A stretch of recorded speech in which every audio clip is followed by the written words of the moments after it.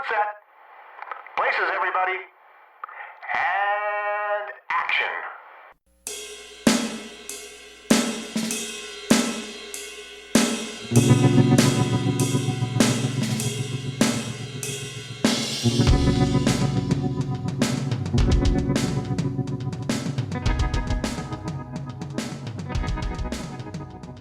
It's time once again for the Hooked on Movies podcast, our Christmas edition.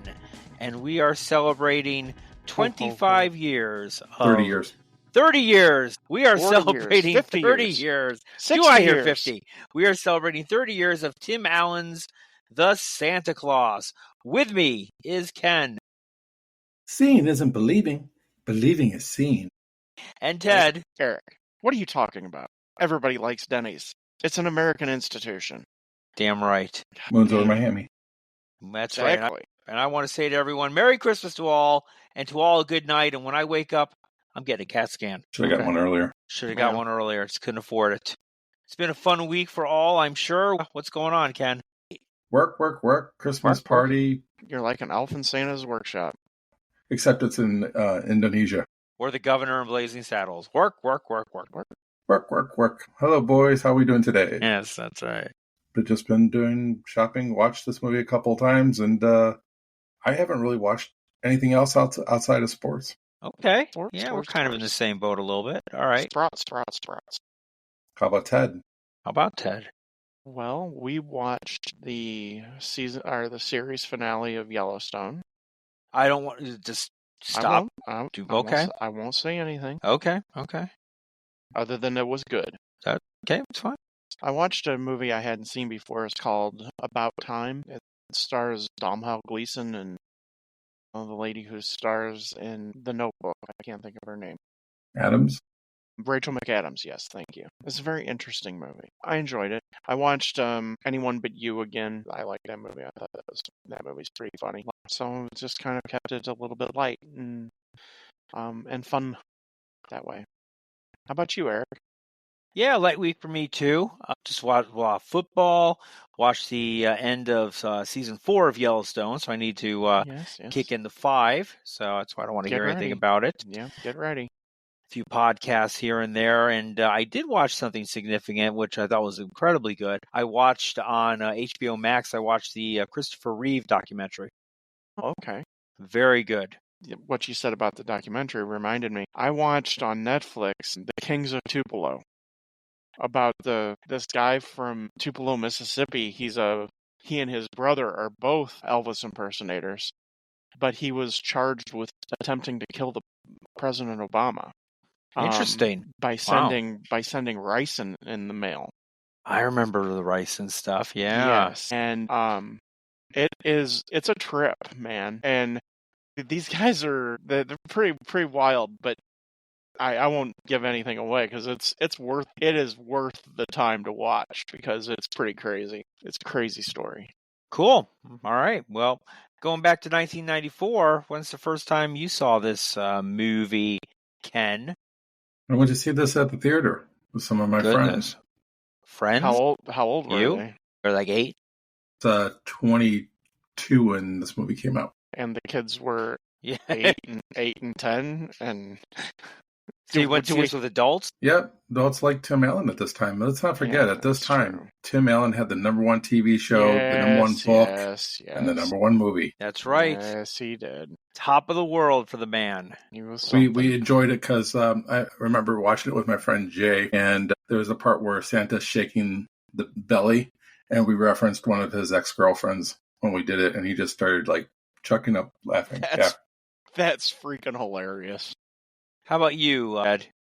94. I mean, Think back. I know we didn't see it in the movie theater, so we would have had to have rented it. I don't know if we waited till the following Christmas or what, but I know we didn't see it in the movie theater, or my sister and I, so because I was in high school, so I would have been, I believe, so 94 to 95, I would have been entering my sophomore year of high school.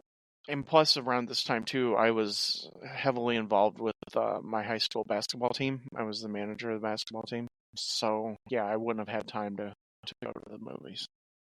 Yeah, I don't know when I saw this movie first. It's a blur to me. Yeah, it's hard. Probably sometime in the late 90s. Who knows? I will add it was a Thanksgiving movie probably at that particular time because we have a tradition the day before, Right, the day of right. or day after Thanksgiving, me and my friends go see a movie. And this was Yeah. logically the movie to go see at that time. Yeah, Did you do it this year? Yeah, we went to see Red One. That's on either Netflix or HBO It's or on one of Prime. them now. Is It's it on Prime? That's right. Yeah. Or you Yeah. can get it through Play. The movie that I see the most, I think, around Thanksgiving is James Bond movies. They usually are released a lot in the Yeah, we saw a James Bond movie together. yeah. No, we saw No Time to Die. Yes. Yeah. Yes, we did. Cool.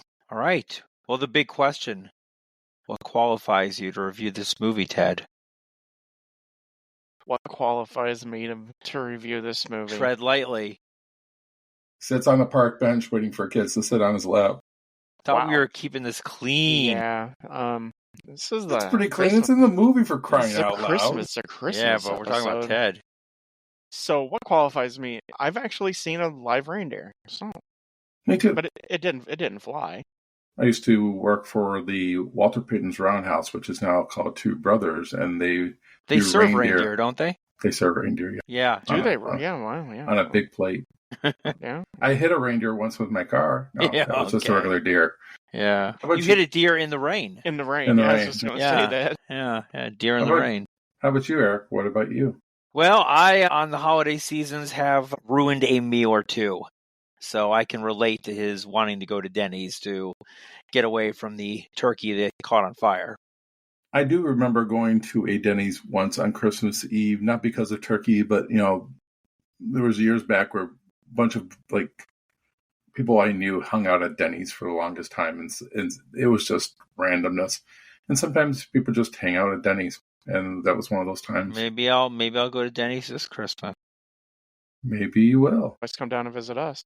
Maybe I'll go to Denny's this year for Christmas. I see how you. In I see how Quincy. you're operating. No, there's no Denny's in Quincy. I find that hard to believe. There is no Denny's in Quincy? No. Really? It's not anymore. Perkins? No. Waffle House? Unfortunately, Huh. no. That's because weird. I would guess where I would be living. I'd be living the at the Waffle Waffle House? House because Waffle House is freaking amazing. Not all Waffle Houses are made It's- alike, though. It's freaking something. I don't know if I'd use the word awesome. amazing. It's hit or It miss. is so good. We My went to God. one in Indianapolis, and it was the worst food I've ever had in my life. You're not far enough south, Well, I've been to one in Atlanta. really, and it wasn't Oh, yeah. good. Huh? It wasn't good. It wasn't good. Food was okay, and the service was very, very bad. And the Sketchy. funny thing is, the service to everyone else, you could definitely tell it was like everyone knew everybody Right, in this right? place. What do you got there in Quincy that is equivalent to those places? Applebee's. I feel like Applebee's is I like love a step above Applebee's. that. But that's a step above a Denny's and everything.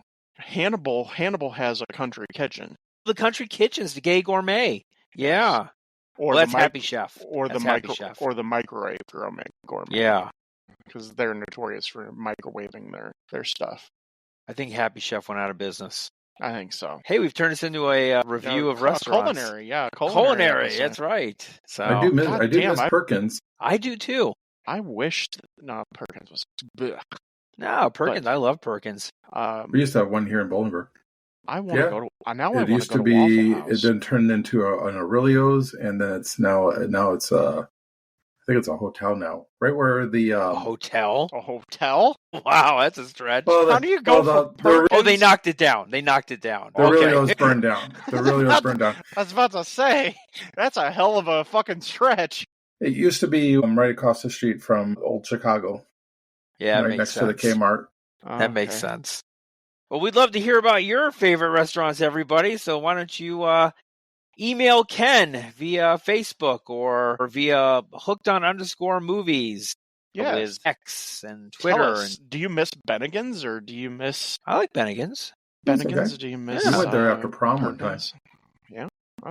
Well, at least you didn't go there for prom. Would have been better. Probably. Yeah. Maybe. What else would I miss? Oh, the Dorkening Network. Our friends on the Dorkening Network. Hello, dorks. We miss you. So, what else? Can anything good with Check out- Facebook? Yeah, Articles? check out some of their podcasts on the Dorkening Network.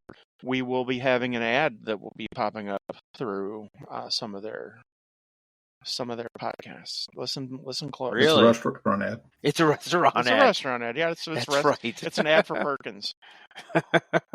Okay. Hooked on foodie. On Yeah, foodies. hooked on Foodies. foodies. You know what we do have? We have a Village Inn. That's what would be the equivalent. Okay. I've been to a Village Inn. Okay, yeah. Nothing wrong with the Village Inn. Pies are good. Is it a Yeah. 24/7 place? Not sure. Denny's is a 24/7 place. Well, You yeah, need a because 24/7. Denny's is amazing. We'd go there after the concerts when I'd go to concerts.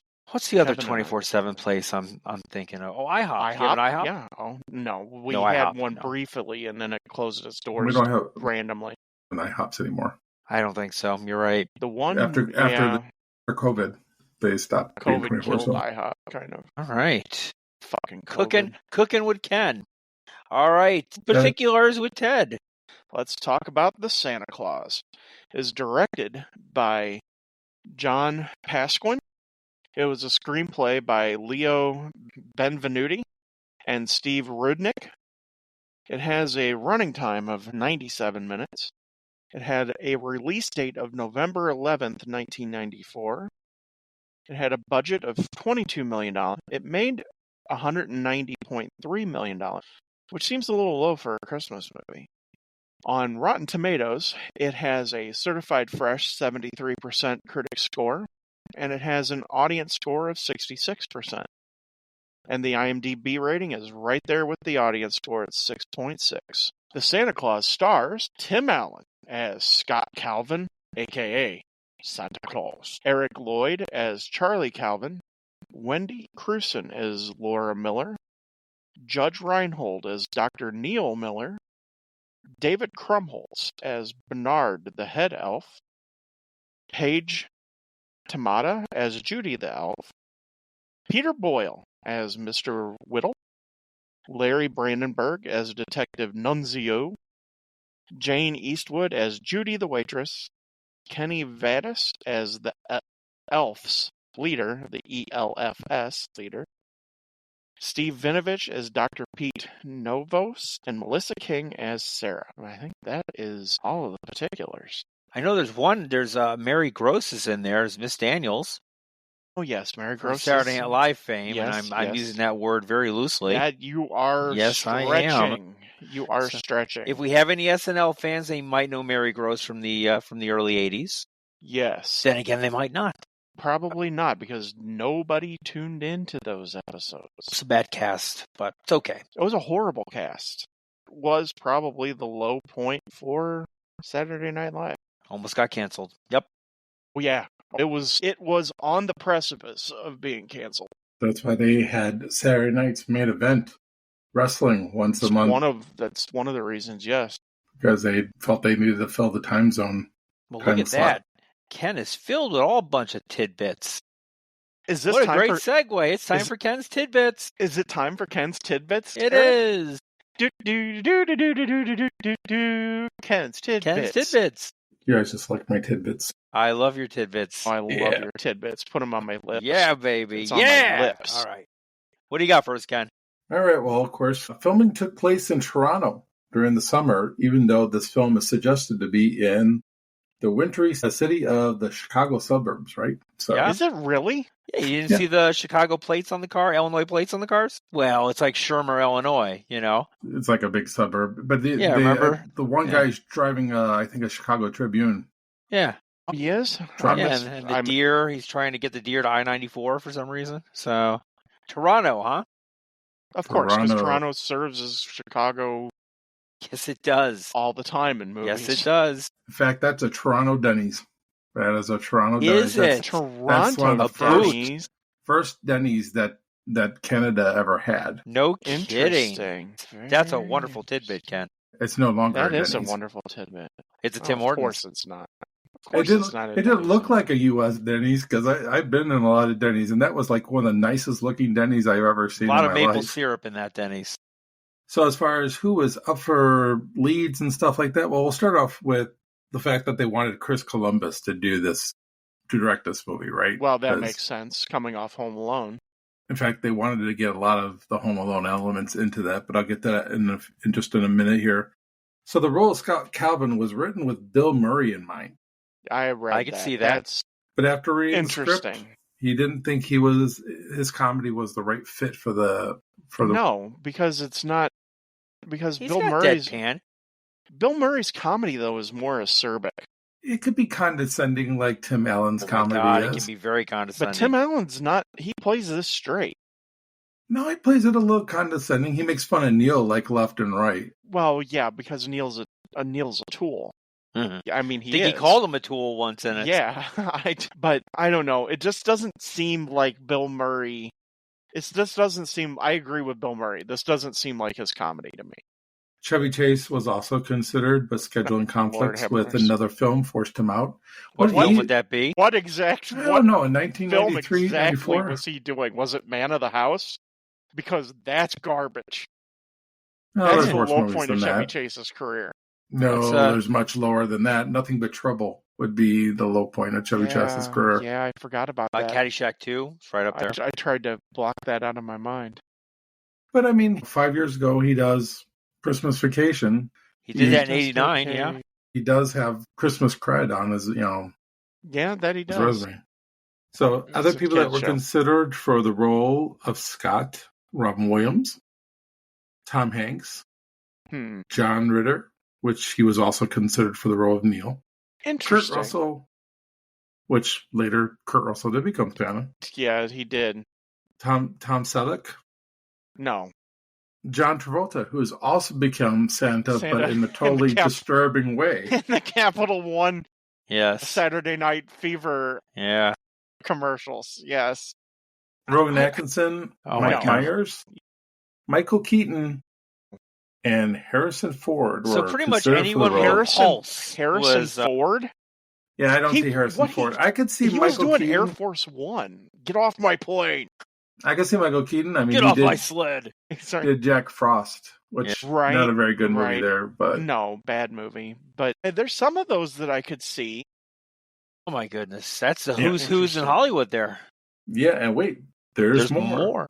But this is for Neil. So they thought they could get Rick Moranis or Daniel Stern, John Hurd. Not Daniel Stern. Rick Moranis I could see. Rick No, I Moranis can't see is them. why Rick Moranis? He's like a weenie.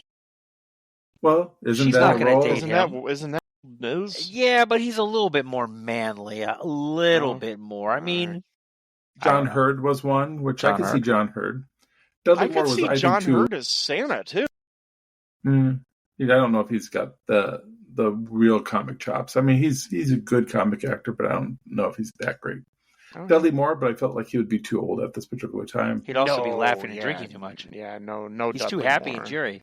Yeah. Jeff Daniels, and don't Okay. forget, this is for Neil. Yeah. Ryan Stiles. Peter Ryan, they were McNichol. really Stiles? looking at Ryan Stiles, Yeah, well, which kind of looks like Judge Reinhold. Well, so He would have been in the Drew Carey show Yeah. at that time, so he Yeah. would have been very Oh, yeah. popular. Yeah. and he's kind of like a Judge Reinhorn. he is very you much know. so. Yeah. Stanley Tucci. No. You'll like this one, Eric. Ted McGinley. Why Yes, not? Why yes. not? Ted McGinley, Ted And McGinley. Bradley Whitford. Bradley We're all Whitford. That would have been before he really hit it big. That was with before West Wing. West Wing, yeah. The interesting one for Scott, though, would have been Robin Williams. I think Yeah, I this can see could it. have been a much better movie because he would have ad-libbed a lot of stuff. Yeah, it would have been more of a It would have been funnier. like a Mrs. Doubtfire kind of comedy Kind of. style. Yeah. Actually, he would look like Mrs. Doubtfire. Maybe a little bit. Yes. Yeah. I mean, if you're going to choose between Robin Williams and barely ever you're going to beat Robin Williams when it comes to anything. So Right. why didn't Robin Williams do it? I don't know. I don't know Okay. if it was too much money. I mean, because '94, Robin Williams is like peak Yeah, Williams. He's probably demanding a high salary. So that's probably. 22, and they only had a $22 million budget. some of the people that they consider for Laura Miller. I actually have two. I have people who actually auditioned and people who were considered. So the people that auditioned were Susan Day, Nicole Okay. Kidman. No way. I'm not sure about this actor, Marie Winningham, Mayor Or Mary- Winningham. Muriel Winningham. Oh, No, wow. Mayor Winningham. Yeah, wow. Andy McDowell Okay, I can And- see that. and Renee Zellweger. They all auditioned for that role. She would have been too young.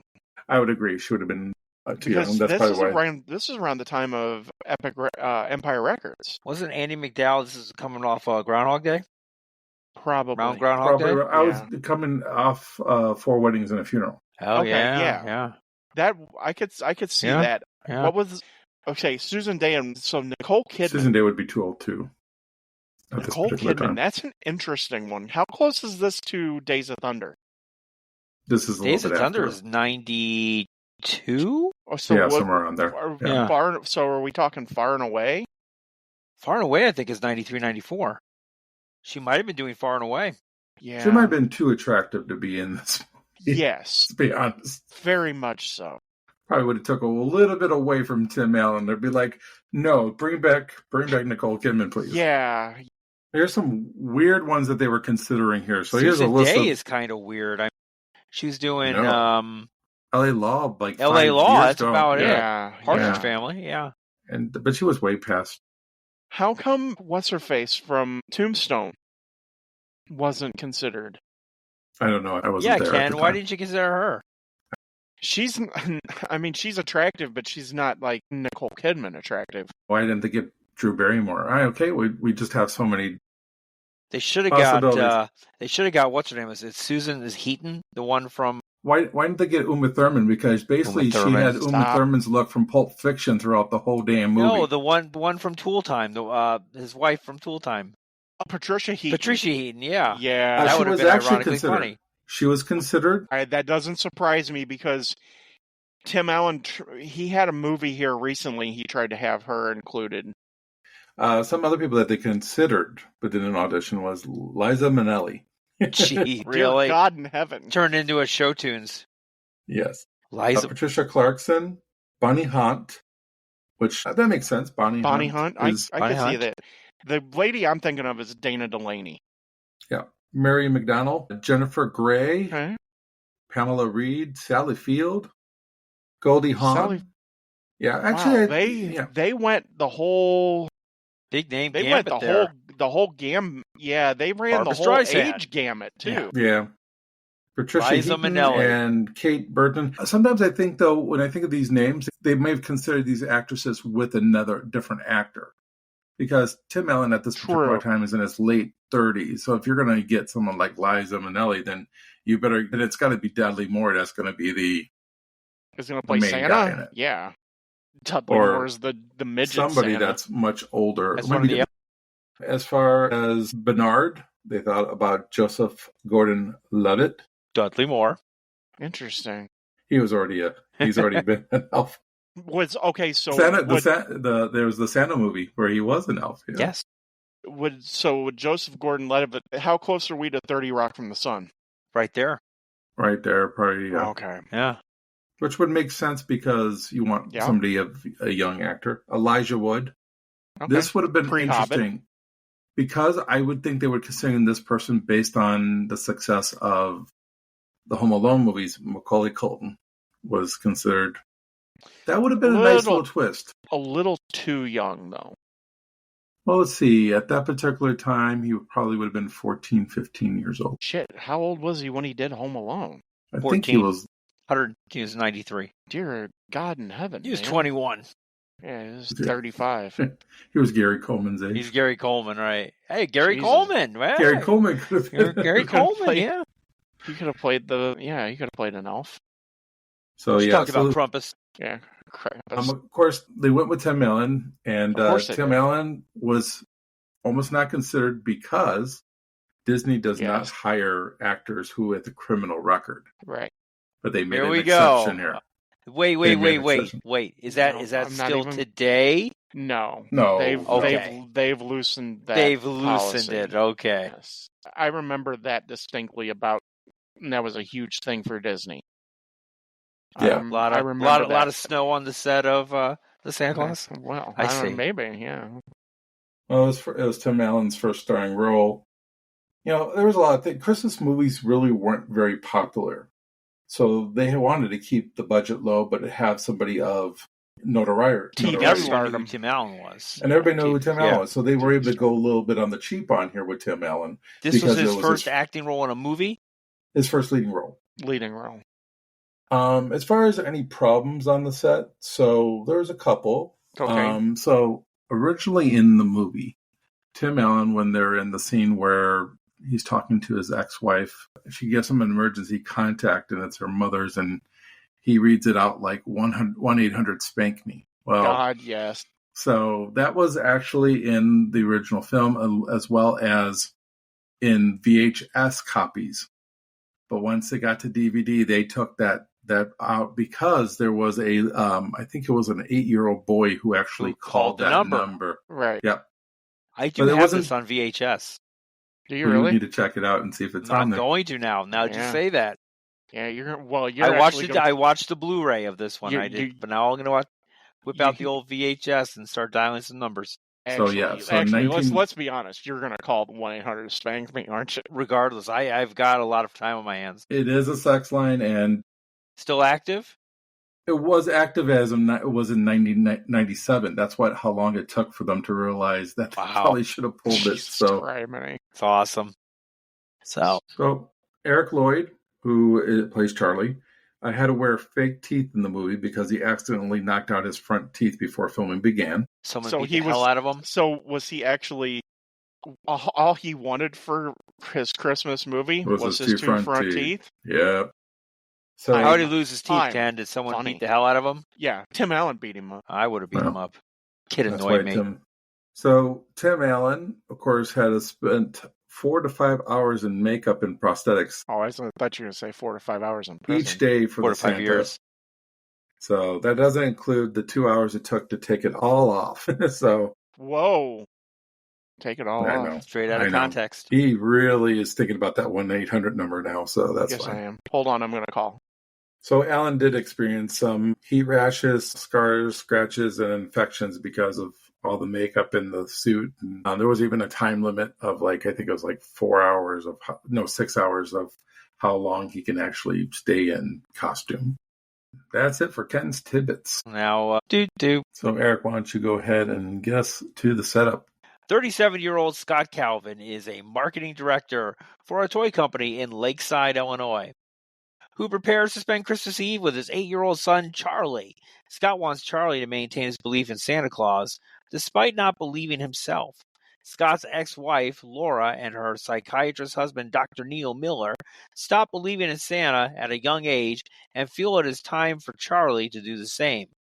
Following an evening at Denny's after Scott accidentally burned the dinner at home, Scott and Charlie are awakened that night by a noise on the roof. While investigating, Scott startles Santa Claus, who falls off the roof and dies. Pretty tragic right there. Yeah.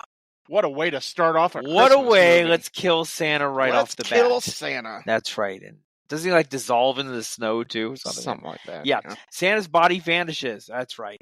Leaving behind a red suit and business card stating that if anything were to happen to him, someone should put on the suit. And the 1-800. Call 1-800. Only 1-800-SPANK-ME.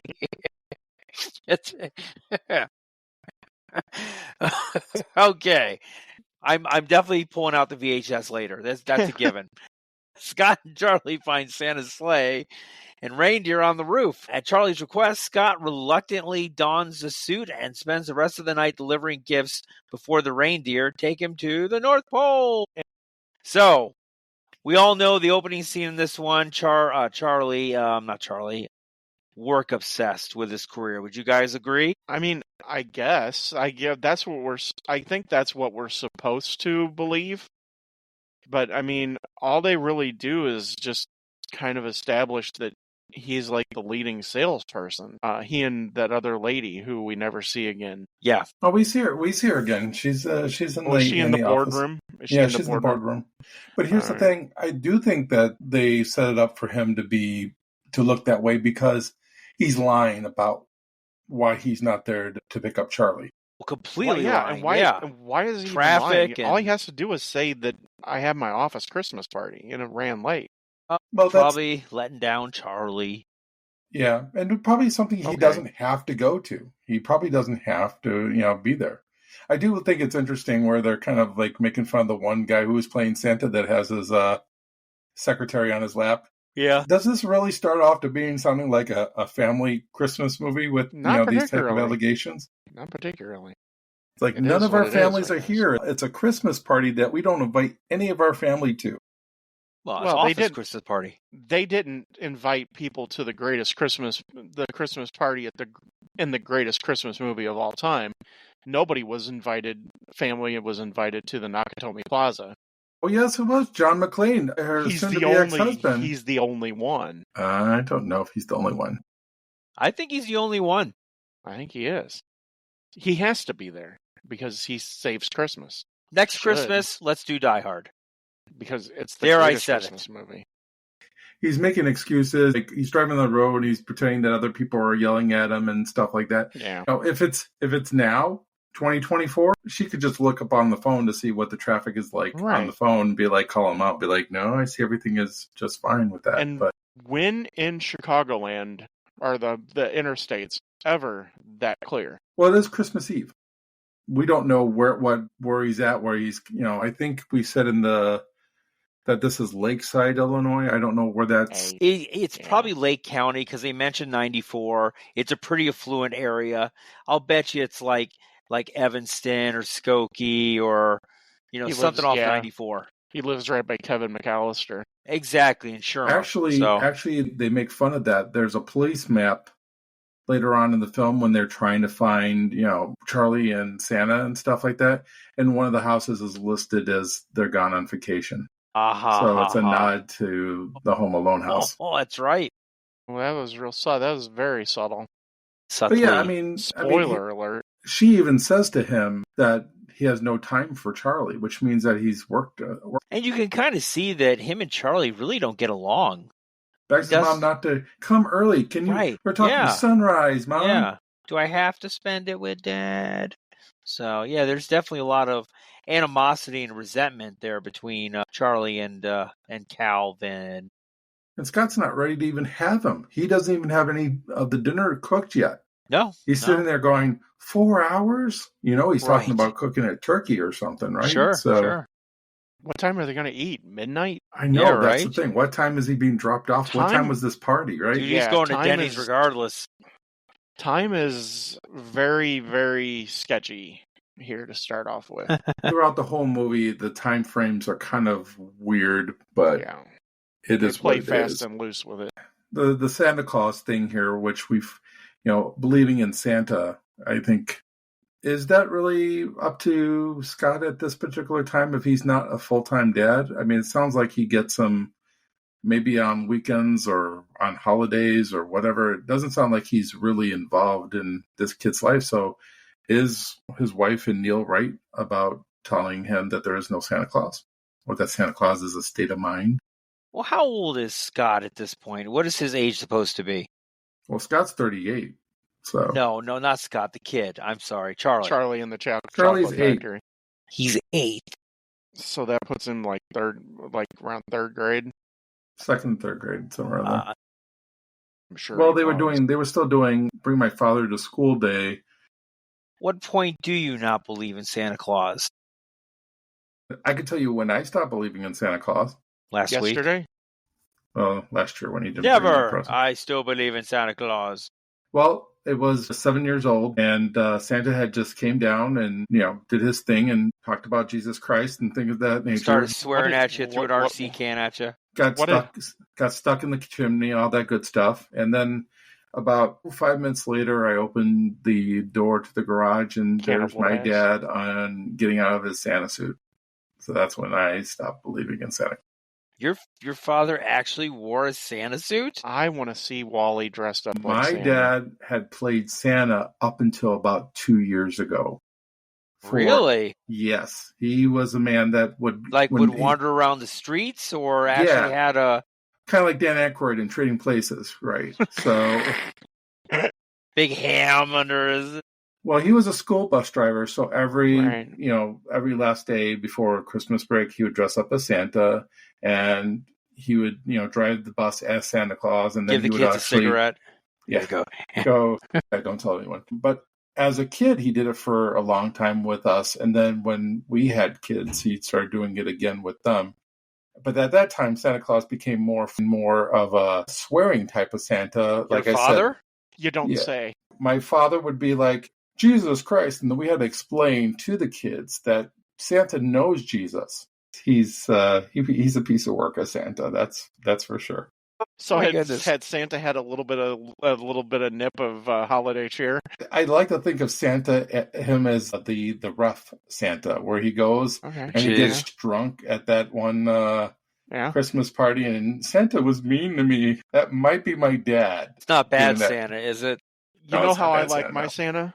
Dressed up in one of those tuxedo shirts because it says, I'm dressed up, but I'm I'm still ready to casual. party. Do you remember when you guys didn't Is believe? that Talladega Nights? Yes, Yes. But he's changing Jesus to Santa. Yes. Yes. obviously. For me, it was probably 3rd or 4th grade. It was okay. So for me, it was around the time my sister was starting to walk and talk.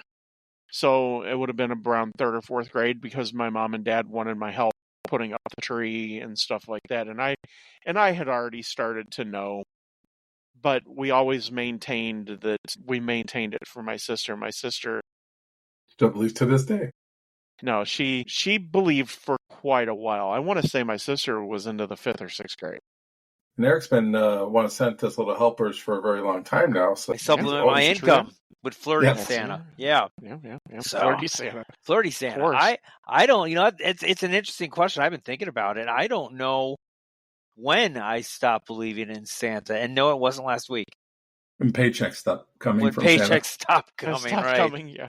Yes. I that's a great, I would have to say probably when I was, 7, maybe 6, 7. I honestly don't know. That Was there an event that triggered No. it or not? No.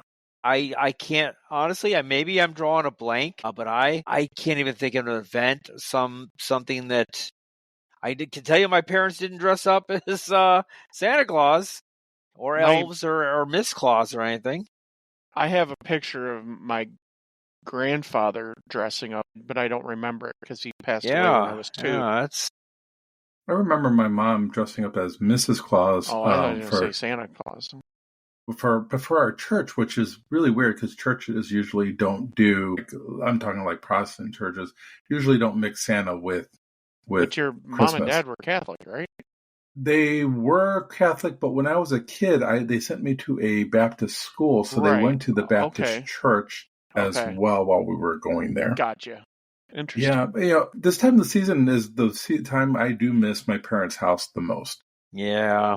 But it's because of so many things that my mom and dad did to make the Christmas season work. I've never been able to recapture that magic. Even with our own kids, or now that they're older, it's like I realize how much my parents made Christmas. It started to lose its luster in the late 90s because our family started to dwindle and great aunts and uncles started to pass away. But then celebrating with Michelle's family kind of reinvigorated Christmas. I was really blessed. My parents allowed me to have my best friends at the time, which, you guys weren't around at that moment, but to come to these Christmas Eve, Thanksgiving feasts. So it was just like, if I didn't want to deal with my family, I just dealt with them. There you Yeah, So go. that was kind of, Right. that was kind of cool. I was always offered once we became friends, and unfortunately I was never able to partake because Michelle's dad did Christmas Eve. Well, let's see. Let's bring it back in here. So he's making the turkey, right? And I guess he somehow gets it on fire. I thought Not you sure were how he saying- did that. The flames get too hot. And then he goes a little overboard It's so over exaggerated. It is, but you kind of Here's what home it alone is. moment. Yeah. It's a home improvement gag. Yeah, of course he does, because that's not annoying. Well, he's talking about the fire extinguisher like Yes. Yeah, he's it's full time, right? Right. yeah. I mean, Tool time. it's over the top. It's not funny, in my opinion, but No. I'm sure some people find it amusing, and if you It's do, funnier that's later though fine. when his son when he's about saying, I'll preheat the oven to make the cookies for Santa. He goes, Right. Don't forget about the fire extinguisher. I Right. think that's You're supposed to funny. put the cookies out before you before you go to sleep. That's another weird. Well, he Weird. wasn't planning on putting any cookies out, so his son was No. making the request just in case, he said. So But we really didn't resolve this issue about them deciding, like, his ex-wife and her, is it her new husband or? Yeah, it's the new husband. Okay. So that should have been a thing that Scott was involved in. That should be a family decision, because if the kid doesn't come to you and say that he knows or she knows, and you're going to tell him or her, that's a family decision at that point. Yeah. And Scott should have been included. His indignation there, I think that is one of the most genuine parts of this first section of the movie. He has every right to be upset about it. Now, is he like you said like a checked out parent? It's hard to tell because it's not written very well, but what is written well is his indignation over his Charlie's stepdad telling him that there's no Santa, which is and if you go back to the 90s, is a very psychotherapist type of thing, thinking, you shouldn't lie to your children, blah, blah, blah, blah, blah, blah. I mean, It's stupid, in my opinion. I don't know if it's stupid, but I'll say this, because Neil, first of all, Charlie says that Neil listens to him. So that Neil is a good cook, and Neil is this, and Neil's that. So Neil is definitely more of a dad to him right now than he is. Or is Charlie just trying to stroke his dad off? No, I don't think he's trying to stroke his dad off. That's a different movie, Dad. Yeah, trying to make him mad. That's one because he knows. Yeah, because he knows his dad doesn't like Neil. Yeah, but at the same time, is he lying though? Because we see that he doesn't even want to be there. He doesn't want to be at the house at all. He wants her to pick her up as soon as possible. I think he's kind of forfeited a little bit of his rights as a dad. Not totally. He seems a little checked out, as far as that goes. But also, he still cares. I mean, we could tell that he definitely still cares. What made this better if Neil was a complete asshole? I wish Neil was like meaner, just not reasonable at all. He's kind of like, he's just a know-it-all. I think of the movie Analyze This, and I think of Billy Crystal's dad. Yes. In the movie where, he was trying to live up to his dad's reputation. Well, maybe Neil could have been like Citrus to the Stars or something like that, or whatever, somebody with a high ego. Then that would make more sense, at least the battle between Neil telling him and his father telling him. Then you could have a little bit more conflict in there. And you could still have Neil at the end of the movie embrace Santa Claus, right? I just wish Neil was just a little bit more of a prick. I was thinking that you were going to say that Scott needed to be more of a jerk, because I think that Tim Allen kind of plays this. I don't know. He's kind of, in my opinion, it's kind of wishy-washy as to is Scott a jerk or is he a good guy? That's what I like about him. I think the fact that he's a mixture of that, and you're not sure, because you could tell he loves his son. I don't think he knows how to relate to his son at this particular time. With the divorce, with him working, he doesn't know his son. Doesn't know his son well. And him becoming Santa Claus is what changes all that. It doesn't say in the movie how long they were divorced for, does it? No. Originally, the film was going to be that Scott and his ex-wife were going to get back together. That was the original premise. So she would have become Mrs. Claus. You can kind of get that feeling a little bit in the middle of this movie. I don't know if they eradicated that whole feeling out of the movie at that point. Because she doesn't hate him. Throughout the whole movie, she kind of feels bad for things that she feels about him. Yeah, that's why I was asking, is Judge Reinhold her husband now? They never really say if he's the husband or the boyfriend or fiance. I mean, we're just going to assume, because there's 2 other movies and they're still together, so that they're married. I thought somewhere in there it said they were married. Maybe, but that would have been very awkward.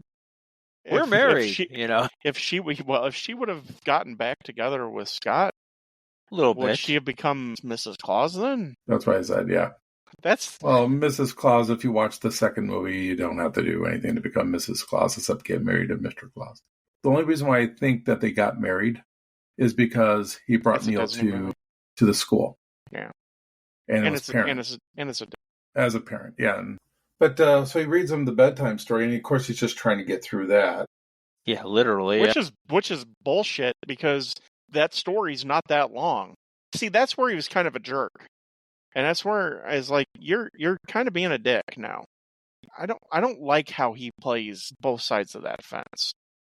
I don't mind it too much because I think it's real. I think it's more of a real person who is obsessed a little bit more with his own life, but still wants to care about people still inside of it. So I think he does a decent balancing act. He's definitely not going to be a Tom Hanks who was considered for this role. He wouldn't be that great of an actor. He's not. But I think he pulls it off decently.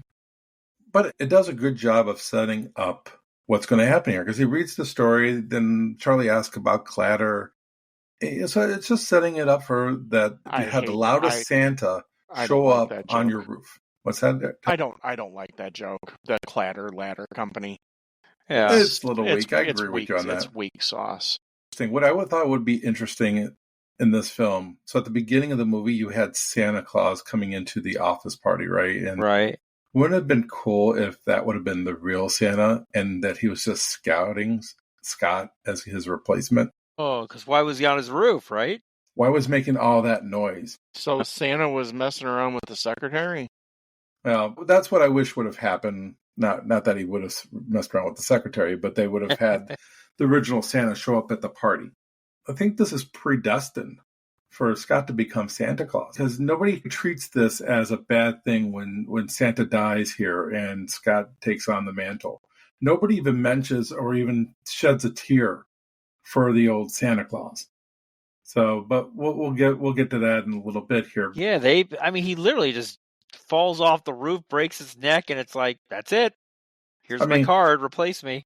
How long has he been doing this job as Santa? I mean, is something like that will easily startle him and fall off the roof? Right. I mean, is this a routine thing where, we replace Santas every couple of years because they fall off the roof like an idiot? For insurance reasons, right? Right. They never get attached to their Santa because, he never sticks around long enough. It's a dangerous job. Yeah, because it's weird that he falls off the roof. I mean, we've seen in other movies people fall off of, higher buildings and they don't die.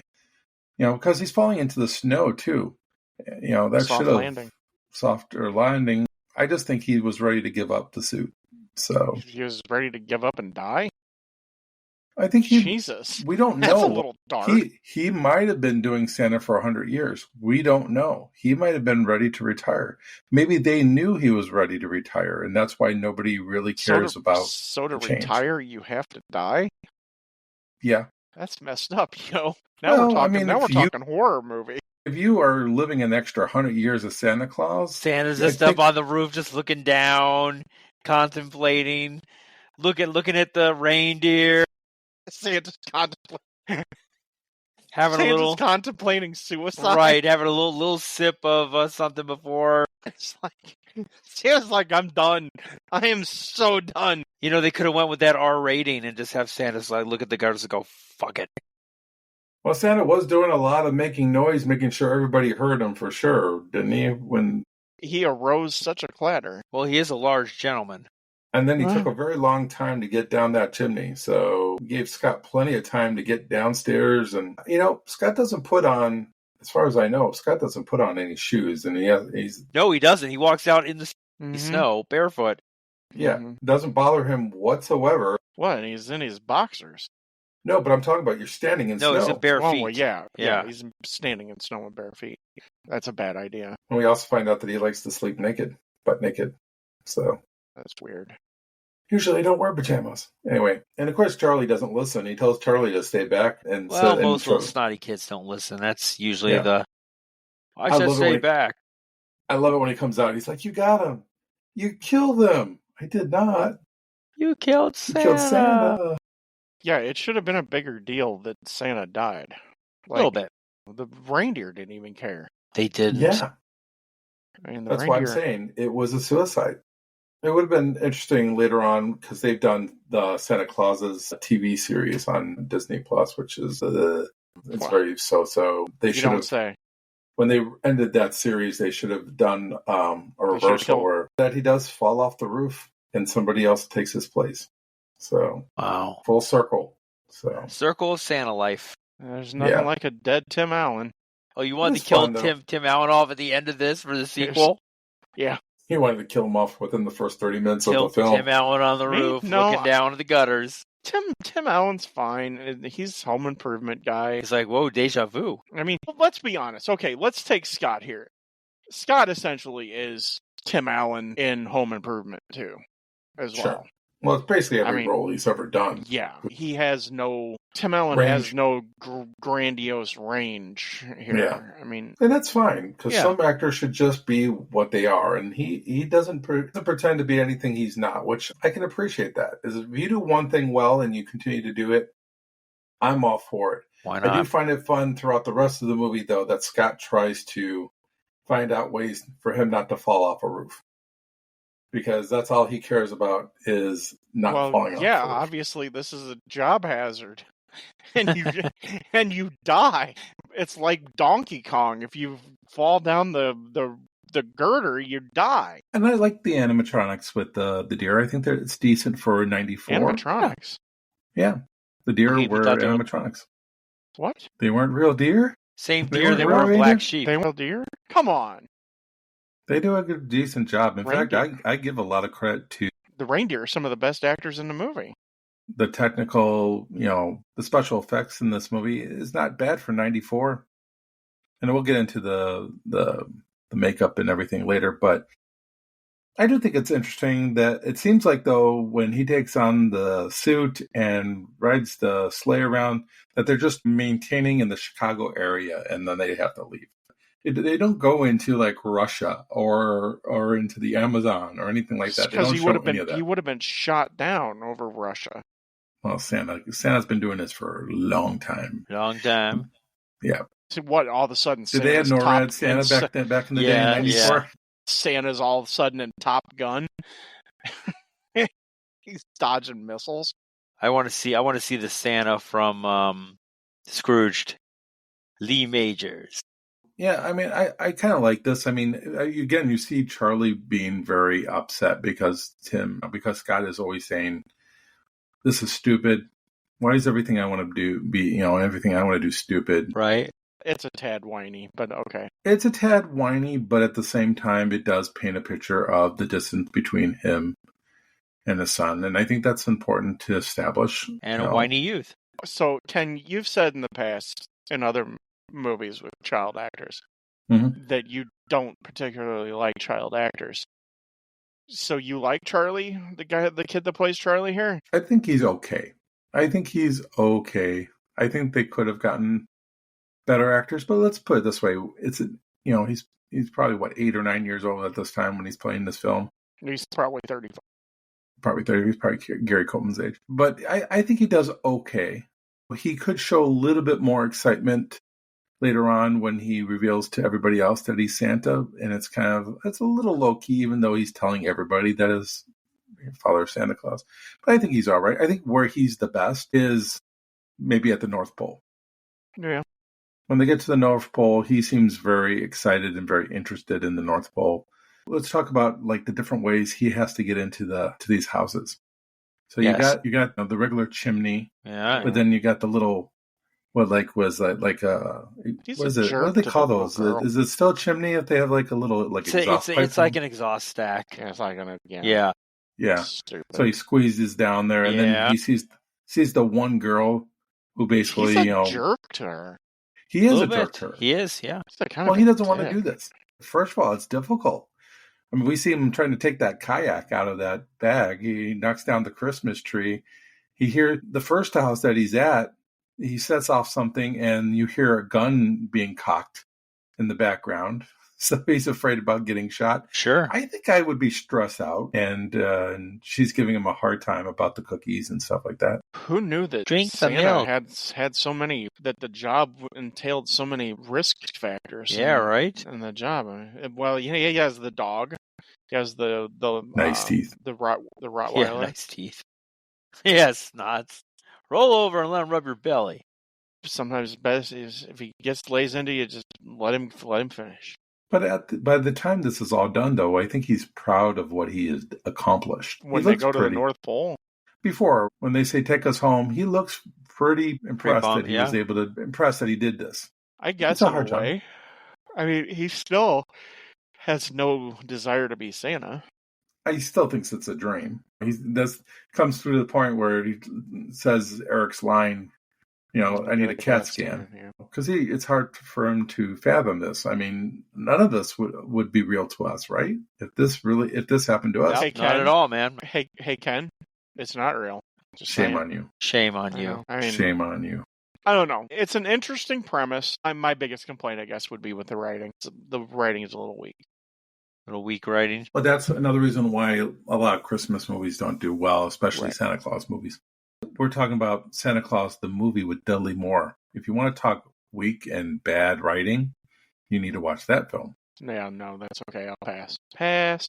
Hard pass, unfortunately, even with Dudley Moore, which Dudley Moore is hilarious, but in that movie, no. They can't all be gems, right? I like the pacing of it. They don't want to spend too much time with the first night of delivering toys. They have to move it along because there's still another hour to this movie. So I think they do an all right job. I don't think the writing has to be anything grand as long as the message is passed on to its viewers, which I think, it's setting it up all right. I think they're doing a decent job. Go to the build and see what happens next. Turns out that by putting on the suit, Scott is subject to a legal technicality known as the Santa Claus and is accepted. It's the title of the movie, Eric. Oh, wow! I know, right? And has accepted all the late Santa's duties and responsibilities. The head elf, Bernard, gives Scott 11 months to get his affairs in order before reporting back to the North Pole on Thanksgiving. Overwhelmed, Scott changes into pajamas provided to him and falls asleep. Next morning, Scott awakes in his own bed and believes the previous events were a dream, but realizes he's still wearing the pajamas given to him. Charlie is proud that his father is the new Santa Claus, and this arouses concern in Laura and Neil and the school staff. Scott, now wanting to destroy Charlie's newfound enthusiasm, asks him to keep their North Pole trip a secret. Over the next year, Scott undergoes a drastic change. He gains a large amount of weight and develops an increased fondness for sweets, particularly milk and cookies. He also develops a white beard that instantly regrows after shaving, and his hair turns white in spite of attempts to dye it. During a meeting with his company, Scott is angered at a proposal to advertise a toy military tank by showing Santa riding it. Scott also begins to recount naughty and nice children by name when he sees them. After Laura and Neil... Veronica, very nice. Very nice. After Laura and Neil witness children wanting to sit on Scott's lap at Charlie's soccer game, they convince a judge that he's a danger to Charlie's welfare and have his visitation rights suspended. All right. What do you guys think of the elves? Cute little guys, aren't they? They are. I guess. Except for Bernard, he's like a little teamster. Yeah, he's Are we on the a coffee break? I don't drink coffee. Yeah, we do. he's Get the hell back to work. Yeah, he's the taskmaster a little Talk bit to my there, union. but None of them want to tell him how he became Santa. I mean, they're kind of even Bernard's running away from him. He's like, hi, Santa, bye, Santa type of deal. Nobody wants to help him out here. well, Santa doesn't pay the elves, so I mean, there's that. There's Well, an indifference. They still report to Santa. Santa's still their boss. Is he though? Santa's considered Okay, so- the head elf. Yeah, if they're, I understand what Santa is. Thanks. Head elf. And he actually asked them, who's the boss here? And they're like, You are. Yeah, exactly. So if there is a complaint here with the elves, it's that there isn't shock that Santa died.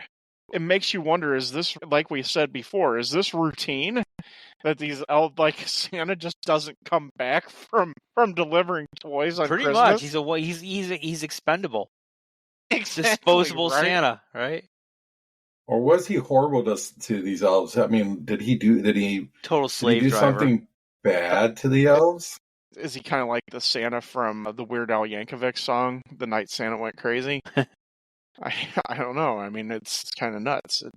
It is kind of jarring that nobody it's like, No one's upset. What happened to the other dude? I mean, who the hell are you, and how did you get here, and why did you bring a little kid? Yeah, right. But I like the elves overall. I think they're funny.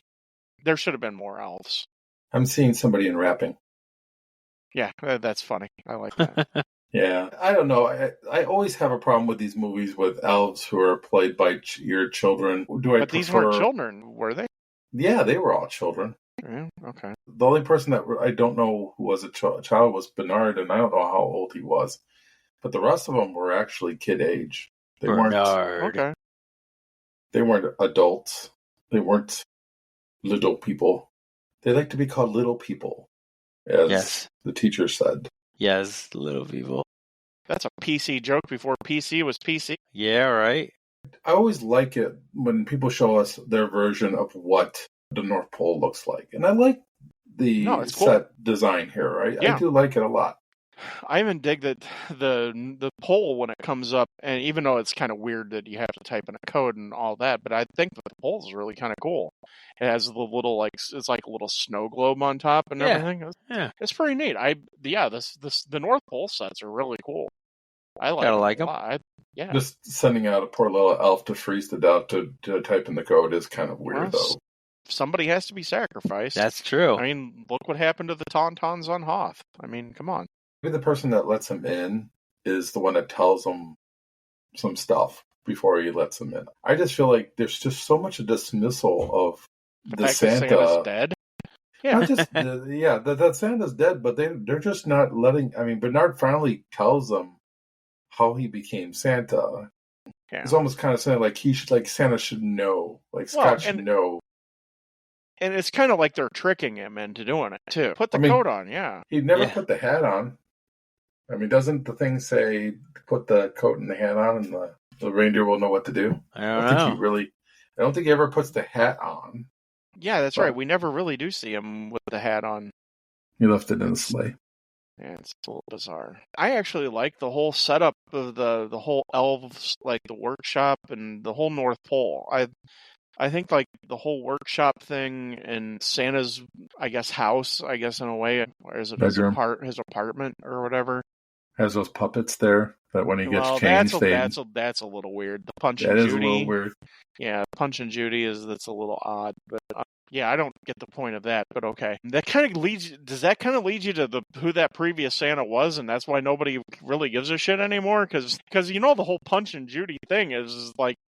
The guy beats up the woman doll all the time. That's like the whole Punch and Judy thing. Maybe Ken's right. Maybe this previous Santa was maybe he was into puppets. He was a drunk jerk. Could have been. You never know, right? Beat people up. Maybe that's why he fell off the roof in the first place, because he was drunk. Maybe he had a little bit of nip of Christmas cheer. Drinking and slaying. Yeah, don't drink and slay it. I mean, don't drink and sled. Yeah, right. That's a bad combo. Where it starts to get a little odd for me is they give him the pajamas.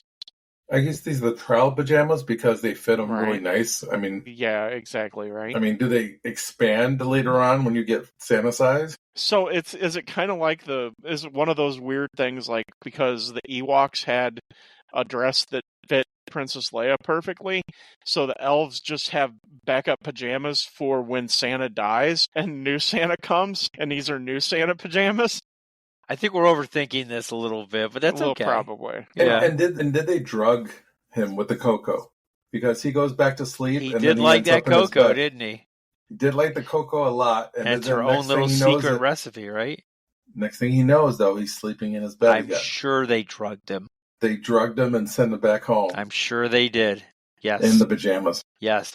First of all, if you and Charlie both had the same dream, you would have to say to yourself that it's probably not a dream. Well, especially the pajamas. Yes. And I mean. And Charlie's excitement is so much different. Like when he's in the North Pole, he's really, really excited. And of course, he's been up all night, so he, falls asleep first. But when they're back home and stuff, It's like, yeah, Dad and I went to the North Pole. Like it was like hey, nothing. Yeah, me and Dad went to Detroit. We went to we went to Denny's, and Yeah. we stopped by the North Pole, and Right. yeah, Yeah. and I got the snow globe. I actually like the snow globe thing. I think that's pretty cool. Because the whole thing with Christmas movies is there's supposed to be something with magic. I think that they didn't. I mean, it's funny that Ken says that they drugged him, but That's magic. They did drug him. No, they That's fine. did.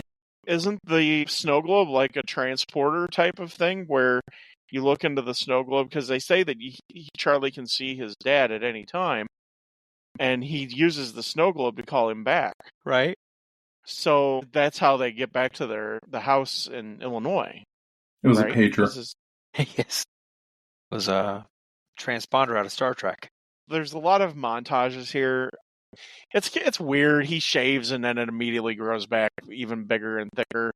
His beard does, and it's like okay, that's a little corny. Yeah. I actually thought it was kind of funny that he gets so pissed off that Santa's driving a tank. To me, that seems like a real toy company type of a thing that they would pitch. Right. You know what I mean? Well, he I don't talks know. about it also as being a toy that breaks all the time and that people have to spend more money.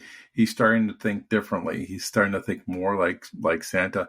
I think they do a great job with the makeup here at the beginning when he's gaining some weight.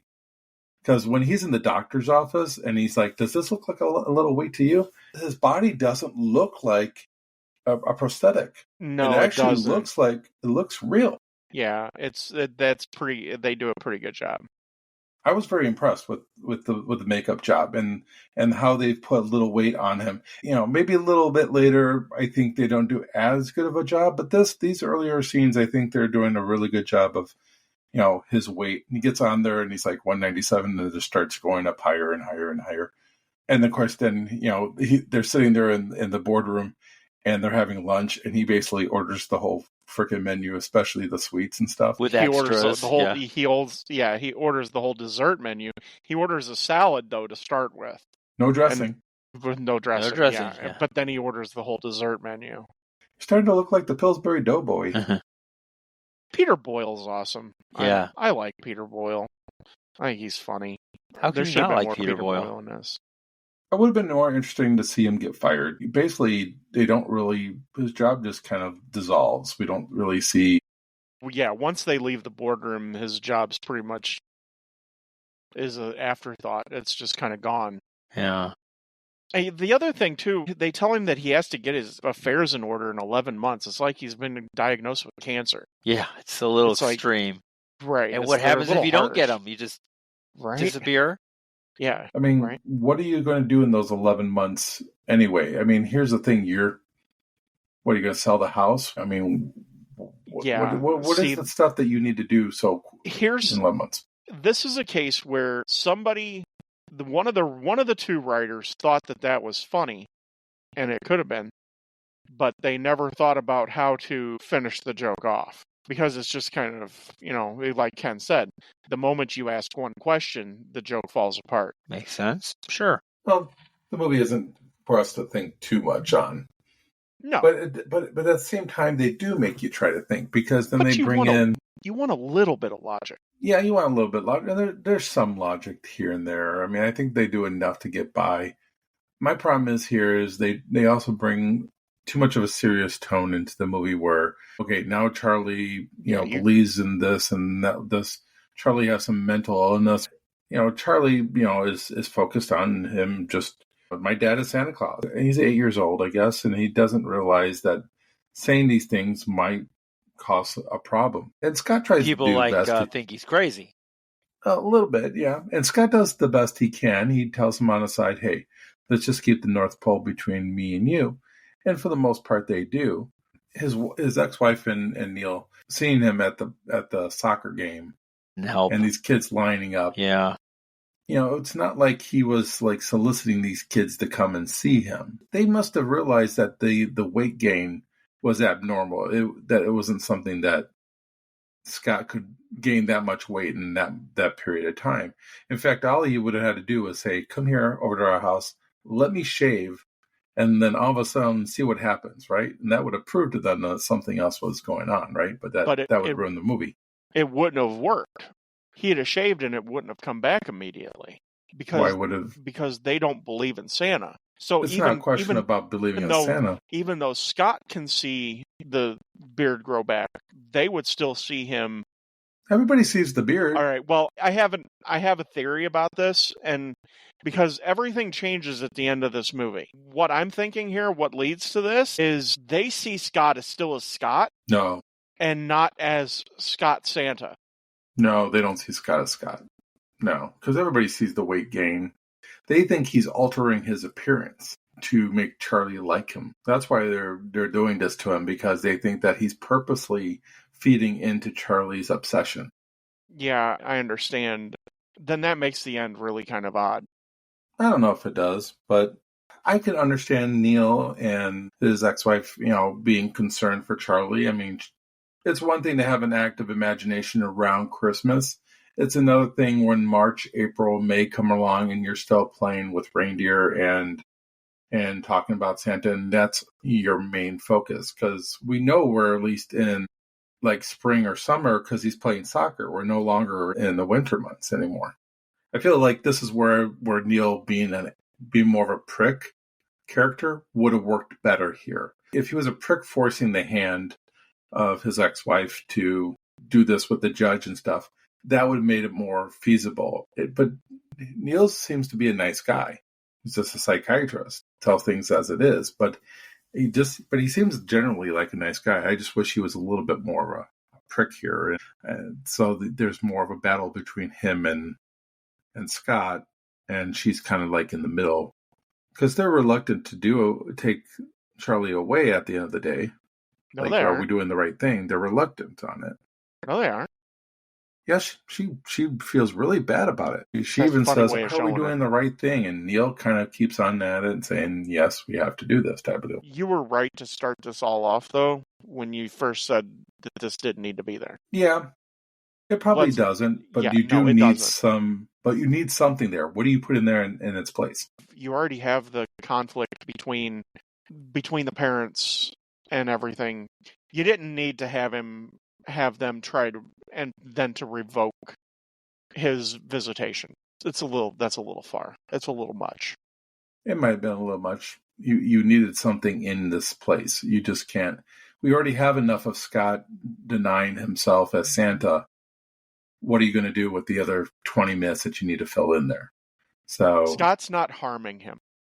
No, we're not saying that's why nobody said that he was harming. That's why you go to revoke somebody's visitation. But he's he not was harming also, him. Well, that's up to debate because of the fact that first, Charlie isn't into Santa anymore. He doesn't believe in Santa. Now, all of a sudden, not only does he believe in Santa, but he's believing Santa to the 10th power. And who seems to be feeding him into that information seems to be Scott, at least by how they're looking at things. And that's because Scott is changing. They see Scott's changes. Every time they see Scott, he looks more and more like Santa Claus. And Charlie's really into Santa Claus.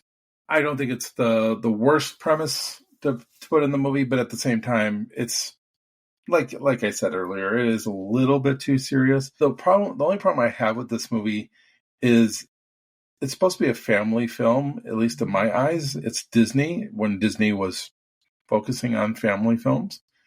And I feel like it gets away from family-oriented stuff. And I think this is one of those times where I think it just gets a little too heavy-handed, too serious. Maybe some other character in here is trying to stop him from becoming Santa. Besides... Right. That happens later on in the third movie where you have Jack Frost that, wants to take over because he doubts himself as wanting to be Santa. So you need maybe something like that instead of, the ex-wife and what I don't understand here is the kidnapping. That's weird too. Okay, Eric, why don't we try to stick this landing? All right, let's stick the landing. Will this movie make it? Let's find out. A devastated Scott goes to Laura and Neil's house to see Charlie one last time. Charlie, desperate to help Scott realize how important he is to the children of the world, shows him a magical snow globe, a gift from Bernard, convincing Scott that he really is Santa. When Laura and Neil allow Scott a minute to talk to Charlie alone, Bernard appears and takes them both to the North Pole. Thinking Scott has kidnapped Charlie, Laura and Neil call the police. Scott sets out to deliver gifts with Charlie in tow. Upon arriving at Laura and Neil's home, Scott is arrested while Charlie waits for him in the sleigh. The elves eventually break him out of jail. Scott returns Charlie to his house and insists he spends Christmas Eve with Laura and Neil. His heartfelt speech to Charlie about the importance of everyone in the family convinces Laura and Neil that he is Santa. Okay. Laura burns the suspension papers and tells him he can visit anytime he wants. According to Bernard, anytime Charlie shakes his snow globe, his father will appear. Before leaving, Scott gives Laura and Neil the two presents that they never got as children, which caused their disbelief in Santa. His takeoff from the roof proves his identity to the police and various witnesses outside the house.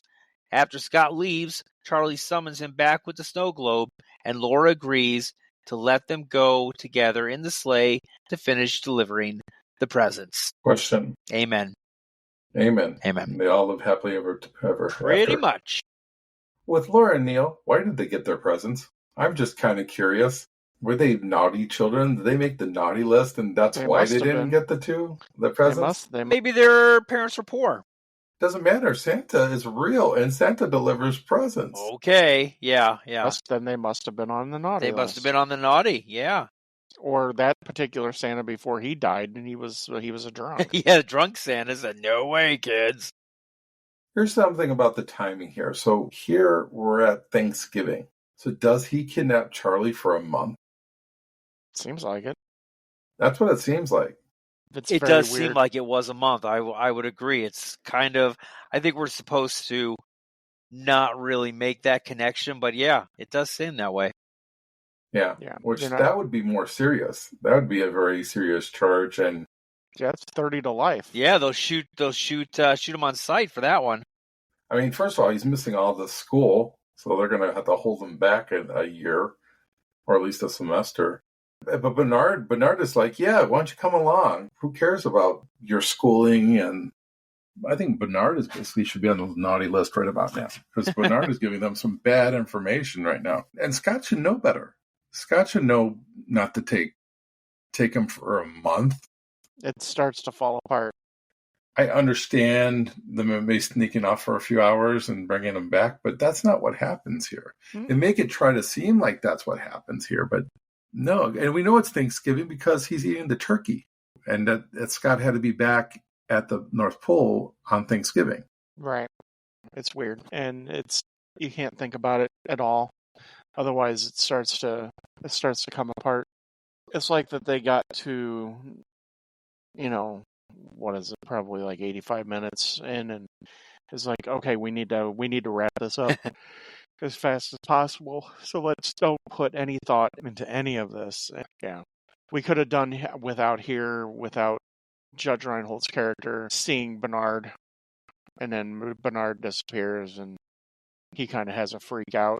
Well, that's a little bit later. That's towards the end when they already know he's Santa. Yeah, it's silly. Here's the thing. I was thinking about this because we were talking about this earlier. What if you replaced this thing with Scott not being able to see his son because of his wife and Neil? Why don't you make it where it's part of his job throughout the whole year that he's like in Santa training, going back and forth? He's trying to be the new Santa, but at the same time, he still wants to be a dad to Charlie. But he can't be a dad to Charlie while he's being Santa. That's probably the route that would have made more sense here. So, and then we could spend a little bit more time at the North Pole, which I think would have benefited this movie by, working with the elves, him going through maybe certain training as Santa. It's funny you say that because I was thinking the same thing. I would have liked this to be a lot more at the North Pole, kind of like a Rocky montage of him becoming Santa. Yeah, him jumping down chimneys and things of that nature. Climbing the Klapa Mountains. Him racing Rottweilers or something like that. No, he's not racing Rottweilers. He's racing Apollo Creed. Eric brought up the Rocky montage. So Yeah. we have Santa running against Apollo Creed. And I still think you have someone like Neil and Laura not believe in Santa and give him a hard time, but they give him a different type of hard time. They give him a hard time more of the sense that he's the little delusional in himself, that he thinks he's Santa or that he's not taking care of Charlie like he should. He's a bad dad. Then he shows them the reason why he's been doing what he's been doing over the last year, and then they realize he's Santa Claus. I actually don't mind Bernard showing up and Neil being all freaked out. His character is somebody who believes in like things that are real, things that are, you can touch and that are real. And I think this blows his mind. I like the fact that when they look at Scott and see Santa in his eyes, they all of a sudden go Santa. Like they have that childlike belief again. And I think that's where the movie shines, is I think they do a great job of promoting the Christmas spirit. They do trip over itself a number of times, mainly, like I said, this little subplot that we don't particularly care for. But I do think in general, I think it does a really good job of the Christmas spirit. I do like it when Scott is in interrogation and they're asking him about his name. Yeah, and he gives all these funny. different names. Yeah, that's pretty funny. Kind of like the elves breaking him out with tinsel. It's not just the elves, it's the ELFS. It's the SWAT team of elves. Elves with attitudes. So the fact that they have elves that do that, does that mean Santa gets put in prison a lot? I think they need elves that the pack heat. I mean, there's a new movie called Red One where Santa gets kidnapped. So I guess they do need those specialized elves. So I guess to do these things. Everything at the end here is a little rushed. The montage with them being in the North Pole, like Eric said, why not stretch that a little longer throughout the whole movie? I think it would have made it a stronger movie. Would have made it feel more Christmassy. Yeah. Because nothing says to me Christmas like the North Pole. You're exactly right. But here's one other thing, too. Neil and Scott's ex-wife, they should have figured out that he was Santa when they got their presents. That's when the realization should have been made that, oh my God, he's Santa. So that's just my opinion. You don't think they should have known before? No, have that be first and then have everything happen afterwards. So you wanted them to know he was Santa earlier on? No, they get their presents, and then that's like, okay, now that we have this grand realization that he's Santa, and we can see him as Santa and everything like that, and that's makes a lot more sense of why Neil would see Bernard, and it's like, okay, so they're starting to believe again. It's more of the magic of Christmas type of thing that Ken was talking about. Yeah, I could see that. Whereas it's, which if we go back in time, it would make a lot more sense if they're going to a judge to have visitation taken away if they only see Scott as Scott. Like when they look at him, they see Scott. They don't see he's gained weight. They don't see that he's got a beard. And you have to believe in Santa to be able to see those things. I don't know. That's just my opinion. Fair enough. Well, I kind of disagree with you on this because I think the idea of them looking at Santa and seeing Santa through eyes, by the eye contact, and seeing that there's something different about Scott now. I think I like that a little bit more than the presents. Hey, I got you a present, so guess what? Now you have to believe. I don't know if I like that as much as seeing Santa within Scott. I think I like that a little bit more. I understand what you're saying as far as not seeing Santa, like not seeing the weight gain and seeing the beard and stuff like that. Then everybody can't see it. Then you can't have the thing in the boardroom happen. Or only the kids can see him. Yeah, because they believe in Santa. But then you take away a cool boardroom scene, unfortunately. So that will have to go away. You have to take away the doctor scene where he's shaking his belly because the doctor wouldn't see it. We could have done without that. I mean, actually, I think it's funny. I think listening to the heartbeat was a little bit much when it plays a Christmas song. Yeah, right. That was a little, maybe a little bit much. Yeah, but I don't know. I think that adds a little bit more of the magic to things, and that the kids lining up to sit on his lap, that would be more shocking to everybody else. why are kids, going to sit on his lap? It's, But at the same time, see, I already questioned why parents are letting these kids go to this guy in the first place and sitting on his lap. If because he they looks all like see Santa. him as a normal person, this doesn't happen. It won't happen at all. So that scene has to be cut out altogether. But That'd you be a might good have reason. a random kid here and there tell him, like you have the first kid that was trying to get a that little she closer, sits- yeah. a little closer. Yeah, then I agree with you to a certain extent on that. I think that would have worked a little bit better, but I don't agree with you on the toy thing. I don't think getting a gift should make you believe in Santa. I think seeing Santa be Santa. Maybe if they saw that, his love for Charlie at the end, and then when they looked at inside Tim Allen's heart, they actually didn't saw Santa. They realized he is Santa. That's what we pretty much get here. I think that works a little bit better. What's your thoughts, Eric? Yeah, I mean, I could definitely. There's a little bit of Santa in everyone. It's obviously just the Christmas spirit, a happy ending. There's a lot of different avenues this movie could have went down, but I actually, in listening to both of you, I agree with both you guys. I Wait. can. Way to I both know, sides. way to fold, right? Way to fold. No, but I mean, I agree with both Thank of you, you. King Solomon. Yeah, right. I don't like the fact that Charlie's shaking the globe again and trying to get his dad back right away. To me, that's another whiny little. It would have been fine if he would have been like, I just wanted to test it and see if it worked. I think that's Hey. funny. That's Yeah. funny. If you would have said that would have been cooler. But then they do the corny. You don't go across the ocean. Well, that's the other thing. Is like George. he comes out and lets them know, hey, you need to stay with Neil and your mom for Christmas Eve. You need to do that, and I need to do my job. And then he comes back 5 minutes later and just takes the kid. Right. He's like, right. It makes no then sense. go back on your word, and do you just take the kid?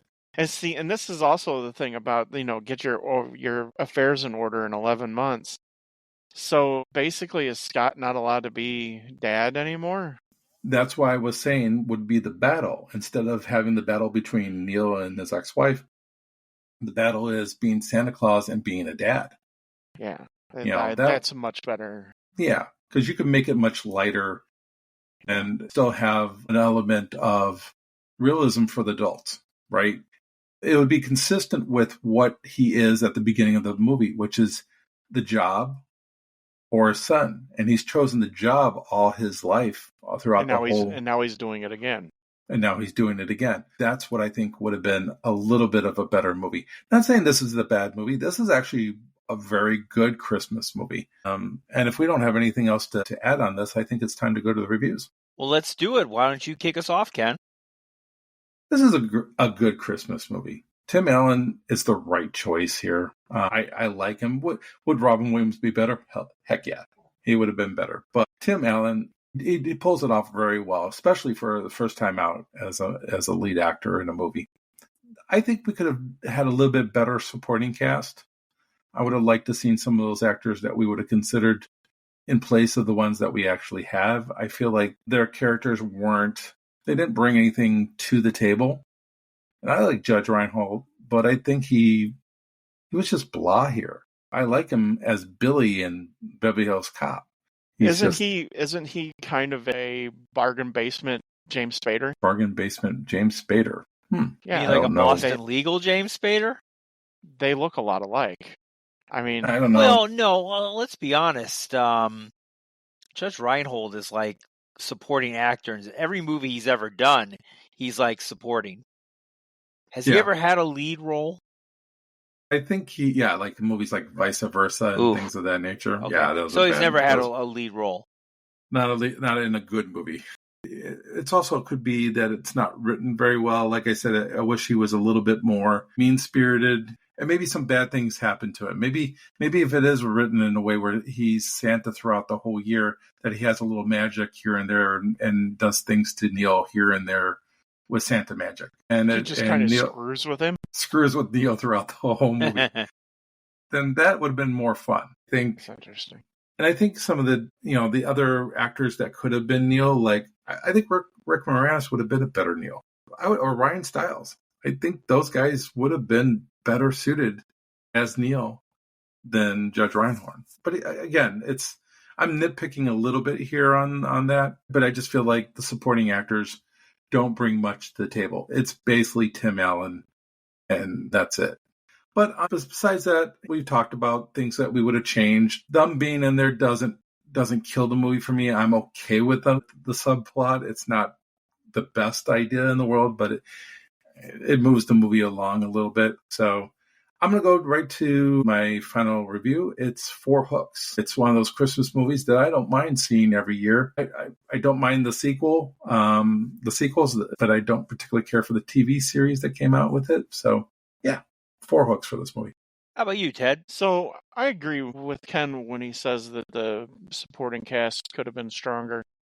I think we're limited on our scope of budget of $22 million as far as getting some other actors there. I actually think instead of Neil being more of a jerk, I think that if you had Scott be more of a jerk, it'd be more interesting.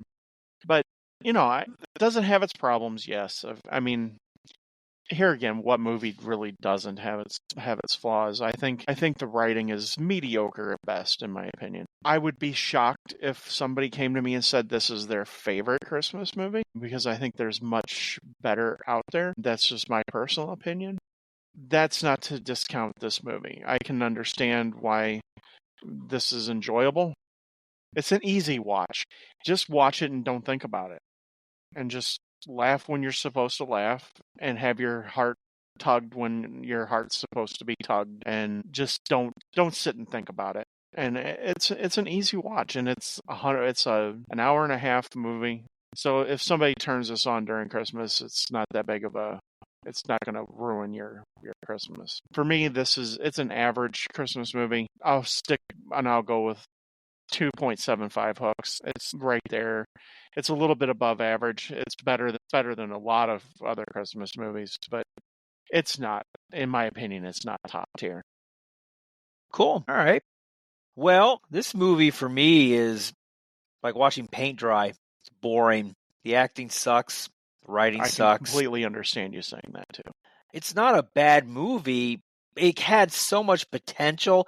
It's a movie that goes to, appeals to like 10-year-olds. No offense, Ken. It's just, I don't know. I watch it and I'm like, this movie, it's like watching a Hallmark movie, except it's got some names in it. I didn't enjoy it. It's not a Hallmark movie. How dare you? I just, you know what? I remember watching it the first time and I wasn't crazy about it. And I watched it again. I'm like, yeah, if I never watch this thing again, it's fine. I agree with you, Ted. I don't think it's anyone's favorite movie, but if you put it in the background, it'll keep the kids quiet. Not a great movie, but not the worst movie I've ever seen. It's boring. I don't know. There was nothing about this that really piqued my interest. The characters, yes, I know it's Santa Claus. I get it. But just the characters in general, the writing was just very, very poor. I know they only had $22 million. I think I know why, and I didn't say this early on, but I think I know why a bunch of those celebrities said, I think I'll pass. They read the script. It's a pretty poor script, but I know it's a Christmas staple. I get it. That's fine. Kids will like it and can. So for me, it's average. And I like Tim Allen, and I like Judge Reinhold. So, but it's a great movie for kids. It is a great kids movie. And your child is dead. Well, I guess it is, because I remember torpedoing Goonies. So my childhood is dead. Well, that's all the time we have for this episode of Hooked on Movies podcast. And as always, take your stinking paws off me, you damn dirty apes. Ho, ho, ho, and happy holidays. I have a machine gun. Ho, ho, ho. Great. Die Hard. Yeah. See you next time on Hooked on Movies. Bye-bye, everybody. Merry Christmas.